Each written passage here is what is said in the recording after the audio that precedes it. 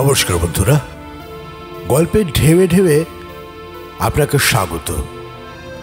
গল্পের ঢেবে ঢেবে গল্পের সিরিজে আজকের গল্প পড়ব সতীনাথ ভাদুড়ীর লেখা গল্প অলোক দৃষ্টি।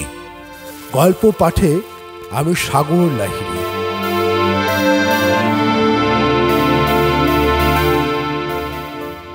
আজকের গল্প অলোক দৃষ্টি, লেখক সতীনাথ ভাদুড়ী।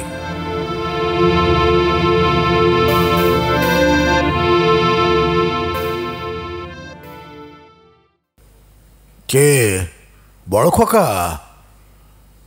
কথাগুলো জড়ানো জড়ানো, কেউ সাড়া দিল না।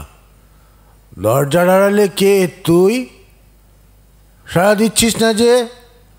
জিলিপির গন্ধ পাচ্ছি, নিশ্চয়ই তুই। কি যেন তোর নাম? ঠাকুমাকে চটাতে খুব ভালো লাগে অজয়ের।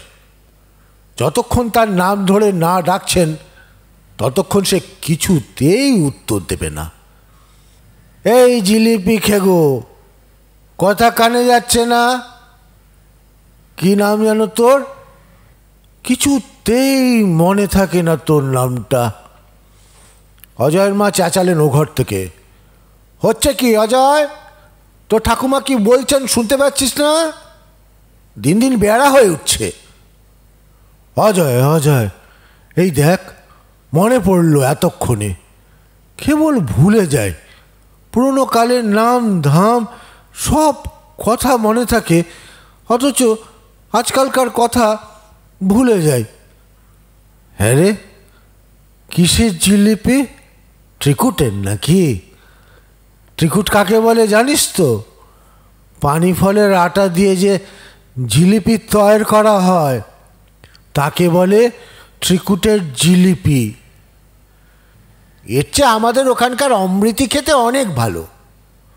বললেই হলো আর কি। ত্রিকুটের জিলিপির গন্ধই আলাদা। আমার খুব ভালো লাগে গন্ধটা। হ্যাঁ রে, এই সকালে জিলিপি ভাজছে কে? মা। একটুখানি ভেঙে আমার সম্মুখের জানলার ওপর রাখতো। না, মা বকবে তোমার ঘরে এটো জিলিপি নিয়ে গেলে। তোর মা বড় না ঠাকুমা বড়? তোর বাবাকে আমি পেটে ধরেছি বুঝলি, আর আজ তুইও আমাকে হেনস্থা করিস। সবই আমার কপাল। বেশি দিন বাঁচলে এই হয়। মরতে তো আমি চাই, মরবার জন্যই তো 30 বছর আগে কাশিতে এসেছিলাম, কিন্তু মরণ আমার হয় কই? মরবার কথা একবার আরম্ভ হলে ঠাকুমা থামতে জানে না। এ এখন চলবে বহুক্ষণ। তাই অজয় সেখান থেকে উঠে পালালো। ওরে বড় খোকা উঠেছে। কথার কেউ উত্তর না দেওয়ায় বৃদ্ধা মোটা কাঁচের চশমাটা ঠিক করে নিয়ে একবার তাকিয়ে দেখলেন সেদিকে। পালিয়েছে ছোঁড়াটা। কি বলছেন মা? ছোট বৌমা এসে দাঁড়িয়েছেন ছোট গোড়ায়। বড় খোকা কোথায়? বড় ঠাকুর এখনো ওঠেননি, তাকে ডেকে দিতে বলবো? এখনো ওঠেনি? আমরা গঙ্গা জলের ঘড়ার কাছে রোদ এসে পড়েছে, এখনো ওঠেনি? চিরকাল একই রকম থেকে গেল ছেলেটা।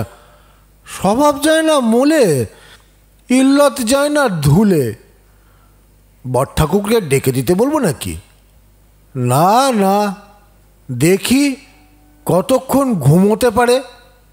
কিছু বলবেন মা? তোমাকে না, তোমাকে কি জন্য বলতে যাব? নিজের পেটের ছেলেদের কাছেই বোঝা হয়ে দাঁড়িয়েছি, তাই আবার তোমরা। আর এখন মায়ের কদর নেই। বিয়ে ফুরলে ছাদ নয় লাথি। ও হয়েছে তাই, মায়ের কাজ ফুরিয়েছে। যেতে তো চাই, কিন্তু জমে যে নেয় না। কত লোক দেখি কাছিতে এলো আর চোখ বুঝলো। কত যাত্রী দেখি এখানে কলেরায় মরে, মায়ের কৃপায় মরে। গঙ্গা স্নান করতে গিয়ে ডুবে মরে, আরতির ভিড়ে পিষে মরে। কিন্তু সে কপাল নিয়ে তো আমি আসিনি কাশিতে। তোমরা চাও আমি যাই, আমারও আর বাঁচবার স্বাদ নেই একদিনের জন্য। কিন্তু জম ফিরে তাকালে তবে তো। ও কি ছোট বৌমা, চলে যাচ্ছ? শোনো, ছোট খোকার চা খাওয়া হয়েছে? এখনো বেরিয়ে ফেরেননি? এখনো ফেরেনি? দেরি করে বেরিয়েছিল নাকি আজ বাড়ি থেকে? না। তবে তাহলে নিশ্চয়ই কিছু হয়েছে, কিছু বলে টলে যায়নি তো? না, বাড়ি থেকে বার হবার সময় আমি দেখিনি। তা দেখবে কেন? কোন রাজকার্য করছিলে তখন? তোমার ওই ছেলেটাকে বলো একবার গলিতে বেরিয়ে দেখুক। বামুন ঠাকুরনও যাক না একবার একটু খোঁজ নিতে। বামুন ঠাকুরন স্নান করে এখনো ফেরেননি। এখনো ফেরেনি? আমার গঙ্গা জলের ঘড়ার উপর রোদ্দুর পড়েছে, এখনো তার ঘাট থেকে ফেরবার সময় হলো না। তোমরা দুই যায় রান্নাঘরে ঢোকো বলে সে মাগে হাত পা এলিয়ে দিয়েছে। দাঁড়াও, ঝেঁটিয়ে বিদায় করে দেবো আজ। কাজের সময় ডাকলে যে মানুষকে পাওয়া যায় না, তাকে মাইনে দিয়ে রাখবো কেন? ভাবছে যে আমি পক্ষাঘাতে পঙ্গু হয়ে ঘরের মধ্যে পড়ে রয়েছি, কাশিতে থাকতে গেলে ওর উপর নির্ভর করতেই হবে। তাই এত বার। ভাত ছড়ালে কাকের অভাব কি? এখান থেকে এখানে তো ঘাট, যেতে আসতে কতক্ষণ সময় লাগে? আমি নিজে আর 4 বছরের মধ্যে গঙ্গা স্নান করিনি, আর বামুন ঠাকুরন গঙ্গা স্নান করে প্রত্যহ 2 বেলা। কপাল, যে যেমন কপাল নিয়ে এসেছে। নইলে আমি না মরে এমনভাবে অপারগ হয়ে পড়ে থাকবো কেন? 2বার তো অসুখে পড়ে মরবো হয়েছিলাম, কিন্তু মরণ কপালে থাকে তবে তো। 2বারই বড় খোকা ছোট কাকা ছুটি নিয়ে এসেছিল তাদের বউ ছেলেপিলেদের সঙ্গে নিয়ে। 2বারই তাদের হতাশ করে অসুখ থেকে সেরে উঠেছিলাম। মুখ চুন করে তারা ফিরে গিয়েছিল কাশি থেকে। স্বামী স্বর্গে গেছেন 60 বছর আগে। এই 60 বছর ধরে আমি বেঁচে রয়েছি শুধু ছেলে বউদের জ্বালাতন করবার জন্য। মরণ তো কারো হাত ধরা নয়, ইচ্ছা মৃত্যু হয় শুধু সাধু সন্ন্যাসীদের। আমি বেঁচে আছি কেবল সকলের অভিসম্পাত করবার জন্য। বৃদ্ধা হাও হাও করে কাঁদতে আরম্ভ করলেন। বিধবা হওয়ার পর কত কষ্ট করে বড় খোকা আর ছোট খোকাকে মানুষ করেছিলেন। ছেলেরাও চিরদিন মা বলতে পাগল। বউরাও ভালো, কাশিতে আসবার আগে কয়েক বছর তাদের নিয়ে ঘর করেছিলেন তো, ভালো করেই জানেন তাদের। তবে কেন এমন হলো? এমনভাবে বেঁচে থাকার চাইতে মরে যাওয়া সহস্র গুণে ভালো। ছোট বৌমা কখন সেখান থেকে চলে গিয়েছেন সে কথা তার খেয়াল নেই। তিনি আপন মনে বকে চলেছেন। বৌমারা কেউ শাশুড়ির কথার প্রতিবাদ করেন না, তিনি যা মুখে আসে বলে যান। কিন্তু কেউ সে কথা গায়ে মাখে না। সকলে ভাবে কি মানুষ ছিলেন, আর কি হয়েছেন আজ। ব্যারামে ভুগে ভুগে ইদানিং মাথায়ও একটু ছিট হয়েছে। বিশ্বাস পান না কাউকে। যাদের সবচেয়ে বেশি ভালোবাসেন তাদেরই ওপর অবিশ্বাস সবচেয়ে বেশি। ও কি, কিসের শব্দ? বড় বৌমা, কি বলছেন মা? কিছু পড়লো টড়লো নাকি তোমার ঘরে? না, ও কিছু না। কিছু না? কিছু না আবার কি? শব্দ শুনলাম, তবু বলবে কিছু না? হলেই বা তুমি বাড়ির গিন্নি, আমাকে বললে কি সংসারের গোপন কথা ফাঁস হয়ে যাবে? এখনো আমি মরিনি, বুঝলে? মরতে পারলেই তো বাঁচতাম, কিন্তু জমের অরুচি যে আমি। আরম্ভ হয়ে গেল তার বকুনি। কানের পাশে বাক্সর ডালা পড়বার শব্দতে বড় খোকারও ঘুম ভেঙে গিয়েছিল। এই সাত সকালে বাক্স গোছাবার কী দরকার পড়েছিল? মার একটানা বকুনির আওয়াজ কানে আসছে। ও ঘরে যাবার আগে একবার চোখে মুখে জল দিয়ে নেওয়া দরকার, নইলে মা বিরক্ত হন। কে রে, ছোট খোকা? হ্যাঁ, ছোট খোকা এসে দাঁড়ালেন দোরগোড়ায়। মাথার চুল পাকা, দাড়ি গোপ কামানো। বেরিয়ে ফিরছিস? এত দেরি হলো কেন রে আজ? রাস্তায় চা বিস্কুট হেঁকে যাওয়ার আগে থেকে আমি উঠে বসে আছি। তুই কখন বেরিয়ে গেলি বুঝতে পারলাম না তো। হাত পা ধুয়েছিস? হাতে ও কি রে, কী কিনে আনলি? জবাব না দিয়ে উপায় নেই। কাঠের খেলনা। খেলনা কি হবে? নাতনির জন্য কিনে রাখলাম। বড় বৌমা ডাকলেন ও ঘর থেকে। ঠাকুরপো, চা খেয়ে যাও। আসছে। আর এক মুহূর্ত দেরি না করে ছোট খোকা চলে গেলেন সেখান থেকে। মা বোঝেন যে কেউ তার জন্য দরকারের চেয়ে বেশি কথা বলতে চায় না আজকাল। সময়ের অভাব নেই কারো, তবু তাদের কথা বলবার গরজ নাই। রাগও হয়, দুঃখও হয়। ছোট বৌমা বড় বৌমা দিনে দুবার করে তার গায়ে মহামাস তেল মালিশ করে দেয়। সে সময় দুটো কথাও তো বলতে পারে। তো বলবে কেন? আমি যে মরে গিয়েছি, ঘাটের মরার সঙ্গে কেউ কথা বলে? বড় খোকা এসে ঘরে ঢুকলেন। সৌম্য চেহারা, গোঁফদাড়ি সাদা। মা, রাত্রিতে ভালো ঘুম হয়েছিল? ঘুম হলেই বা কি, না হলেই বা কি? জপ সারা হয়েছে তো? জপ তপ সব চুলোর দুয়ারে গিয়েছে। করলে মন ভালো থাকে। সে কি আর আমি জানি না? ও কথা তুই শেখাবি আমাকে? তুই আমার পেটে হয়েছিস না আমি তোর পেটে হয়েছি? কাশিতে আসবার পর 25 বছর তো বেশ পুজো আর্চা নিয়ে কাটালাম। ভাগবত, কত কথা, যাগযজ্ঞ, গঙ্গার ঘাটের ভজন কীর্তন, কোথায় না আমি যেতাম প্রত্যহ। এই প্রমীলা ঠাকুর না থাকলে এখানকার যে কোনো ধর্মকর্মের আসর খালি খালি লাগতো পাড়ার লোকের। কীর্তনিয়া আমার চোখে জল দেখলে তবে তার গাওয়ার সার্থক মনে করত। কাশিবাস করতে এসে নতুন লোকরা প্রথম এই প্রমীলা ঠাকুরনের কাছেই সলা পরামর্শ নিতে আসতো।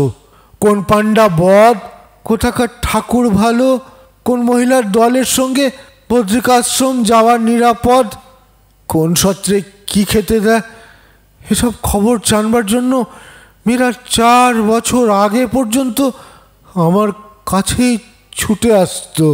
এখন আর কেউ এই ঘাটের মরার ছায়াও মাড়ায় না। কি ছিলাম আর কি হয়েছি? বাবা বিশ্বনাথের কাছে আমি দিন রাত্রি বলি, আমার প্রাণটা তাড়াতাড়ি বার করে দাও ঠাকুর। আর কিছু চাই না তোমার কাছে। কিন্তু সে কথা কি তার কানে যাচ্ছে? কেন আমাকে বাঁচিয়ে রেখে শাস্তি দিচ্ছেন তিনি জানেন। বাহ, মাথায় একটু মধ্যম নারায়ণ তেল লাগিয়ে দিই। তোর মতো করে দিতে কেউ পারে না। ছোট কোকাও না, বৌমারাও না। তেল দিতে দিতে আরামে একেবারে চোখ বুজে আসে। বোঝা চোখ খুলতে হলো পায়ের শব্দ পেয়ে। কে? বামুন ঠাকুরন? ধরা পড়ে গেল বামুন ঠাকুরন। হ্যাঁ, চৌকাঠের রোদ এসে গেল। এত বেলা হলো স্নান করে ফিরতে। হাতে ওকে বাজার থেকে জিনিস কিনে নিয়ে এলাম।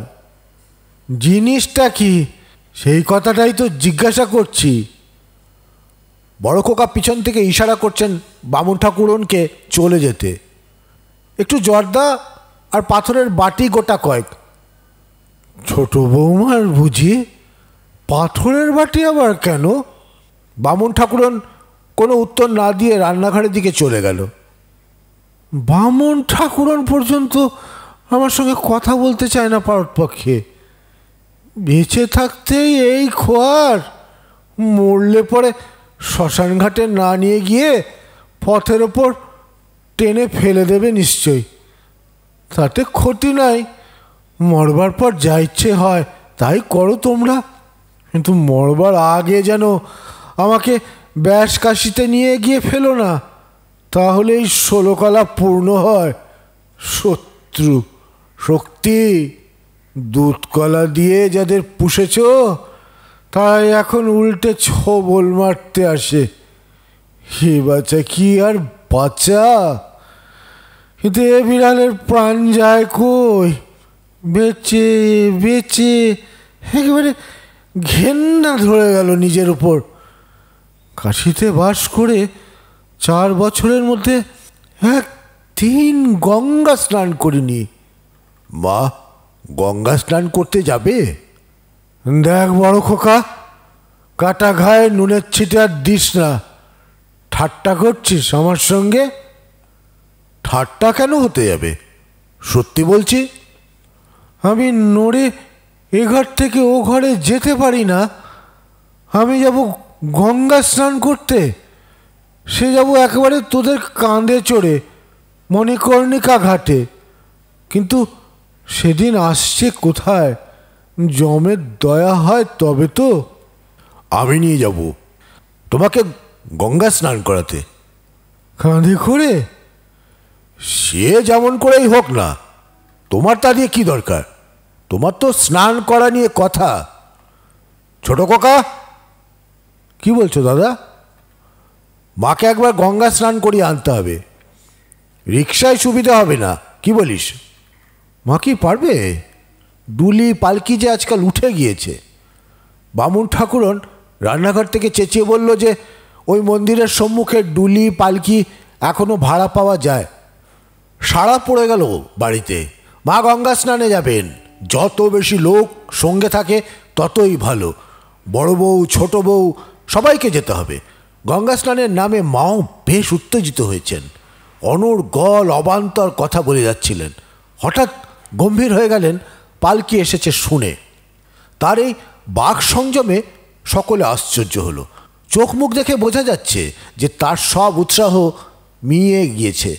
হঠাৎ কি যেন মনে পড়ায়, বোধহয় যেতে অনিচ্ছা, কিন্তু এ বোধটুকু এখনও আছে যে পুণ্য সঞ্চয় করতে রাজি না হওয়াটা দেখাবে অত্যন্ত খারাপ।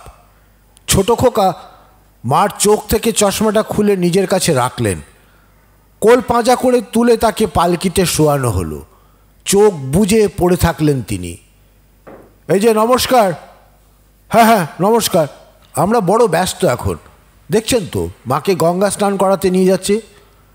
এমন সময় সব আসে, সকলে বিরক্ত হয়ে থমকে দাঁড়িয়েছেন। বাড়িওয়ালা বললেন, এদের নিয়ে এসেছিলাম ঘর দেখাবার জন্য। ছোট খোকা বললেন, আর সময় পেলেন না? বড় খোকা ওষ্ঠের ওপর তর্জনী রেখে সকলকে সংকেত করলেন চুপ করবার জন্য। বাড়িওয়ালার নাছোড়বান্দা, তিনি বড় খোকাকে গলির মধ্যে একটু দূরে নিয়ে গিয়ে জিজ্ঞাসা করলেন, আজকেই যাওয়া ঠিক তো? যাতে ওদের কথাবার্তা মায়ের কানে না যায় সেজন্য ছোট খোকা পালকি বেহারাদের সঙ্গে জোরে জোরে গল্প আরম্ভ করে দিয়েছেন।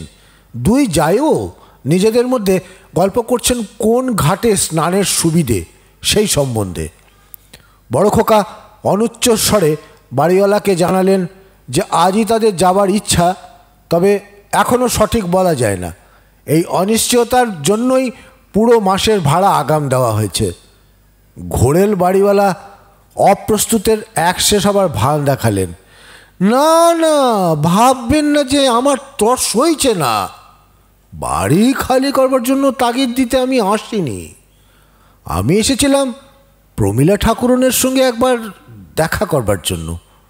এতকালকার ভাড়াটে আমাদের।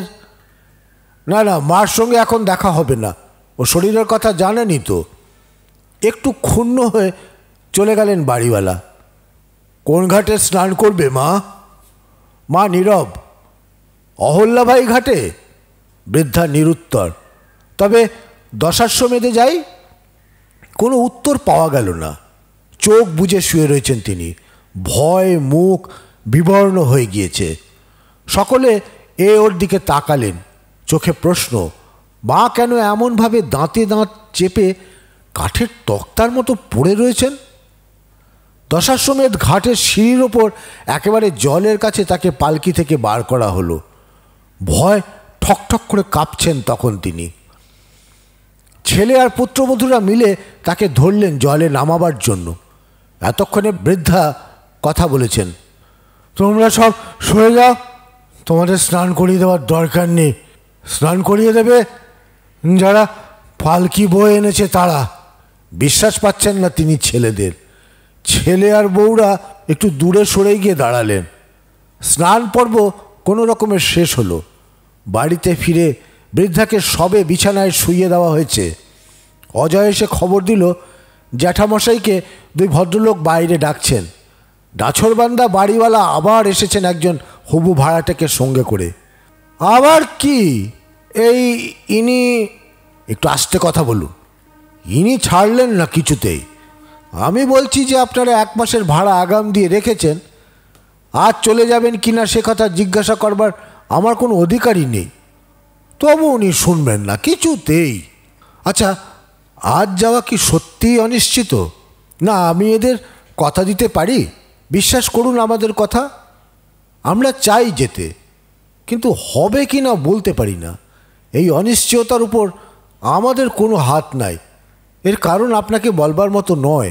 বললেও সে কথা আপনার ওই হিসেব ভরা মাথায় প্রবেশ করবে না। সেই জন্য হাত জোর করে বলছি যে আর জ্বালাতন করতে আসবেন না আমাদের। ধড়াম করে দরজা বন্ধ করে দিয়ে বড় খোকা বাড়ির ভেতরে ঢুকে গেলেন। কে এসেছিল রে বড় খোকা? ওরাই দুজন আবার এসেছিল। খাড়া। আর মিথ্যে না বলে উপায় নাই। পালকি বেয়ারারা। কেন? একটা আদুলি বদলে নিয়ে গেল। মা, এবার তোমার খাওয়ার সময় হয়ে গেল। এখনই? স্নানের পর তো তুমি না খেয়ে থাকতে পারো না আজকাল। খেয়ে ভুললো পারি না। বৌমারা লাগিয়েছে বুঝি? না না, বৌমারা কেন লাগবে? বৃদ্ধার খাওয়ার ওপর লোভ 16 আনা, কিন্তু খেতে ভয় পান। বিশ্বাস পান না বাড়ির লোকেদের। ত্রিকুটের জিলিপি ভাজবার গন্ধ তার নাকে আসছে, বুঝতে পারছেন? তারই জন্য ভাজা হচ্ছে। এইটাই তার সবচেয়ে প্রিয় খাবার, কিন্তু আজকাল দাঁত না থাকায় চুষে চুষে খেতে হয়। এখনও ঠাকুরকে উৎসর্গ না করে মা কিছু খান না, তাই সব জিনিস তাকে সাজিয়ে দিতে হয়। বারে বারে দেবার উপায় নাই। মাকে খেতে দেওয়া হলো। এরপর কি ঘটবে সে কথা সকলেরই জানা। আজকাল 2 বেলা এই কাণ্ড খাওয়ার সময়। বড় খোকা, ছোট খোকা, বড় বউ, ছোট বউ সবাই এসে দাঁড়িয়েছেন। বড় খোকা, ছোট খোকা, তোরা তো খেলি না। তুমি খেয়ে নাও আগে, তোমার শরীর খারাপ। তোদের না খাইয়ে কি আমি খেতে পারি? অন্তত একটু একটু খা। এর ব্যথা বাইরের লোকের কাছে প্রকাশ করবার নয়। বাতিক আর পাগলামি বলে মার এই আচরণের ব্যাখ্যা করা যায় বটে, কিন্তু কথাটা বুকে বাজে ছেলেদের। সেই মা এখনও সেই রকম ভালোবাসেন ছেলেদের, তবু নিজের খাবার থেকে ছেলেদের একটু একটু খাইয়ে আগে পরীক্ষা করে নিতে চান খাবারে ওরা বিষ মিশিয়ে দিয়েছে কিনা। তিনি যে ওদের বোঝা, এই ব্যথা ছেলেদের গা সওয়া হয়ে এসেছে। মায়ের জন্য অনেক রুটিন বাঁধা কাজ করতে হয় প্রত্যহ, তার মধ্যে এটাও একটা। কিন্তু আজ ব্যাপারটা আর একটু আলাদা। অষ্টপ্রহর যিনি জমের দুয়ারে মাথা কোটেন, খাবার সময় কেন তিনি মৃত্যু ভয় পাগল, শাশুড়ির আচরণের এই অসঙ্গতি নিত্য বউদের হাসির খোরাক জোটাত। আজ তারা গম্ভীর, সাহস নাই শাশুড়ির ঘোলাটে চোখ দুটোর দিকে তাকাবার। বড় খোকা, ছোট খোকা দুজনেই চাকরি থেকে পেনশন নিয়েছেন। ছেলে মেয়ে অনেক, কাশিতে একটা আর বাড়িতে একটা, 2 জায়গায় 2টো সংসার চালিয়ে যাওয়ার মতো আর্থিক সঙ্গতি আর তাদের এখন নেই।